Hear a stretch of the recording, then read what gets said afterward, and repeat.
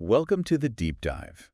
Today, we're going to be looking at Shrek and Donkey's friendship Oh, okay. from the first Shrek movie. Shrek?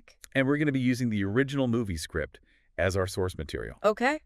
So get ready, because this deep dive might change how you view these beloved characters. Yeah, it's really fascinating, how much we can learn about relationships just from fictional character, the way they interact with each other, the power dynamics, the expectations, all that stuff. It's all there. Exactly. And today we're going to dissect all those little nuances of Shrek and Donkey's bond, see if it holds up. See if it holds up to scrutiny. To scrutiny. Exactly. Yeah. And you'll probably be surprised by some of the things we discover about their friendship. Yeah.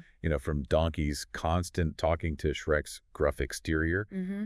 We'll uncover the reasons behind their behaviors and see if there's more to their connection than meets the eye. Definitely. Okay, so picture Shrek in his swamp. He's made it very clear he likes his solitude. Yeah.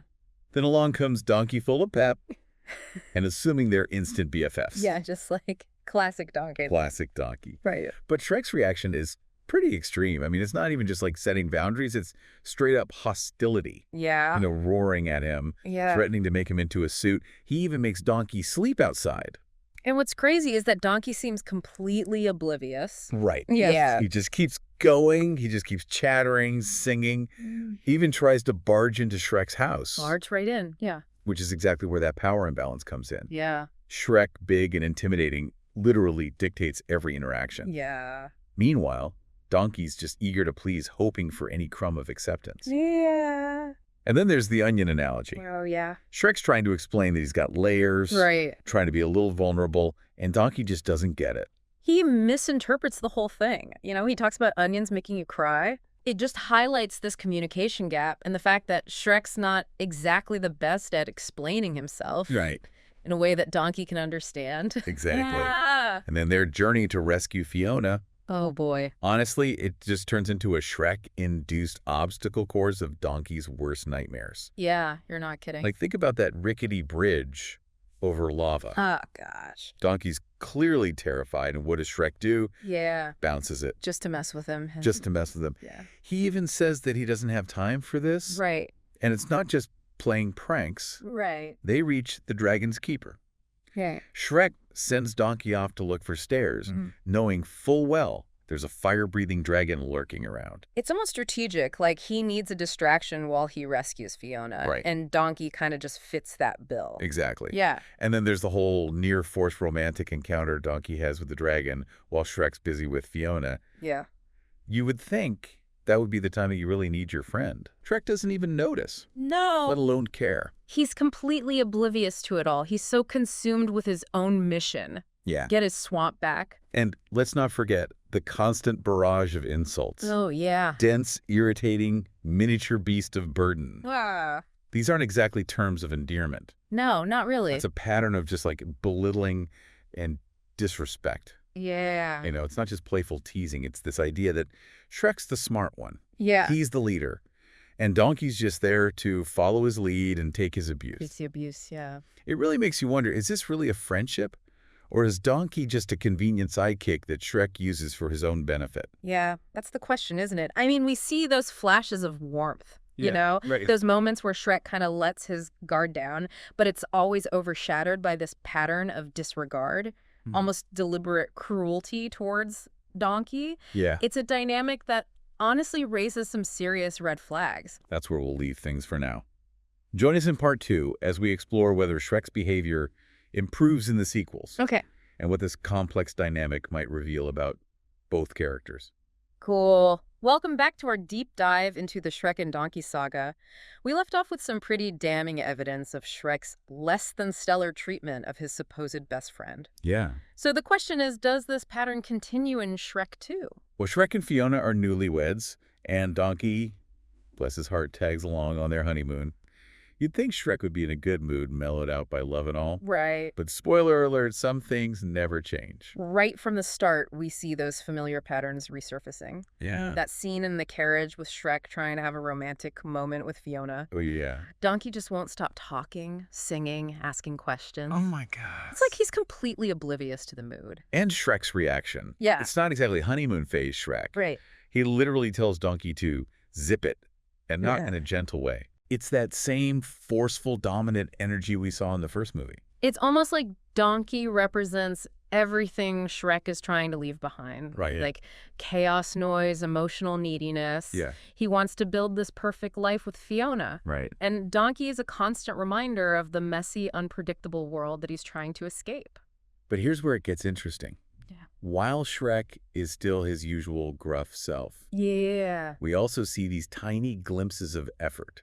Okay. Like when they arrive at Far, Far Away and Shrek tries to give Donkey a makeover. Oh, yeah. You remember that? He sticks a flower behind Donkey's ear, tries to make him look presentable. Oh, right. It's clumsy, and Donkey, of course, freaks out. Of course. But it suggests that Shrek is at least aware of Donkey's feelings, even if he has no clue how to handle them. It's like he recognizes that Donkey's part of the package deal now, whether he likes it or not. Right. But that doesn't mean he's going to make it easy on him. Exactly. Then there's that whole happily ever after potion debacle. Oh. Suddenly, Donkey is a magnificent stallion. He's the center of attention. He's a stud. While Shrek is struggling with his human form, feeling awkward and insecure. Oh, wow. Talk about a role reversal. For once, it's Donkey who's confident and charming, and Shrek who's the awkward one. Yeah. And you know what? Shrek doesn't handle it well. No. He's jealous. He feels overshadowed. Oh. He even makes like these little snide comments about Donkey's new look. Yo. It's a reminder that Shrek's tendency to put Donkey down might actually stem from his own insecurities. That's interesting. Yeah. But there's also a silver lining to this whole transformation. Okay. Because for a short time, they're on equal footing. Right. They see each other at their most vulnerable, and there's a genuine softening in their dynamic. They confide in each other, offer support. It's like a glimpse of what their friendship could be, you know? Right. If Shrek wasn't so caught up in his own issues. Right.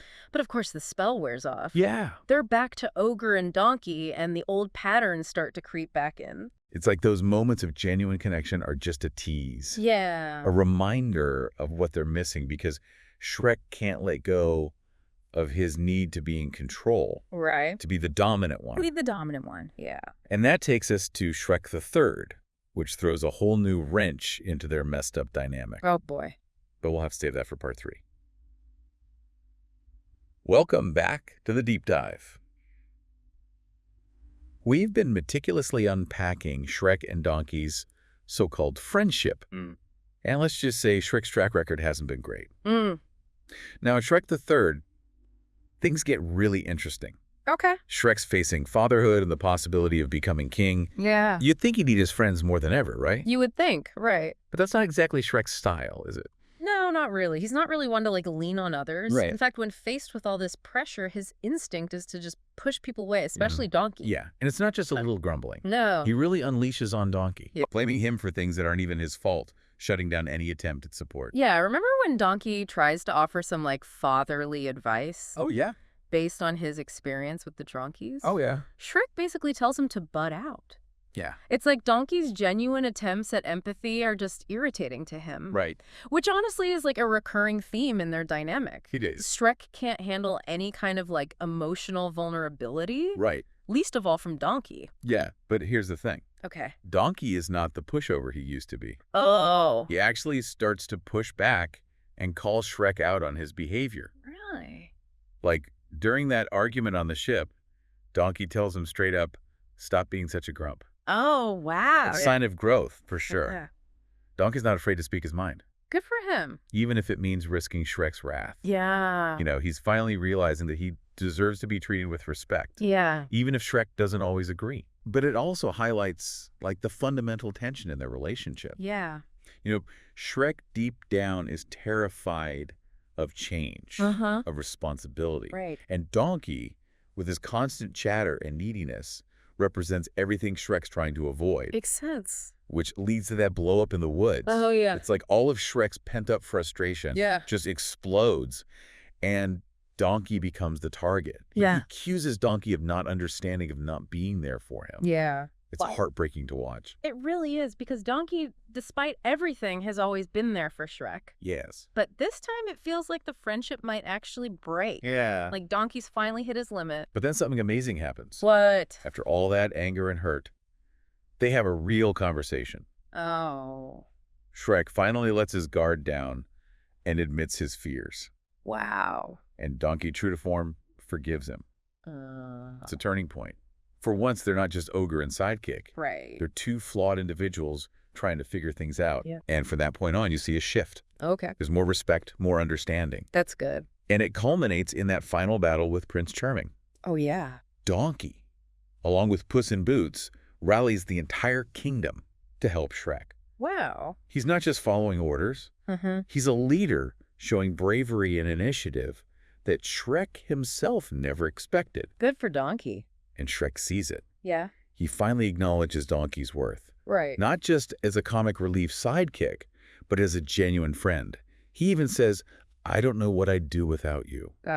It's a long way from miniature beast or burden, wouldn't you say? Definitely. A long way, yeah. Absolutely. Yeah. So, yes, Shrek was a pretty terrible friend for a good chunk of their journey. Yeah. But through Donkey's unwavering loyalty and his willingness to both call Shrek out and forgive him, their friendship actually becomes something real, something powerful. Right. It reminds us that even the most dysfunctional relationships can evolve, and that sometimes the most annoying people can become our greatest allies. It's a reminder that friendship isn't about perfection. It's about sticking it out through the tough times, the misunderstandings, the occasional swamp mud incident. Right. Who knows, maybe, just maybe, Shrek will continue to surprise us with his capacity for growth in the future. That's something to ponder as we say goodbye to this deep dive. Okay. Thanks for joining us.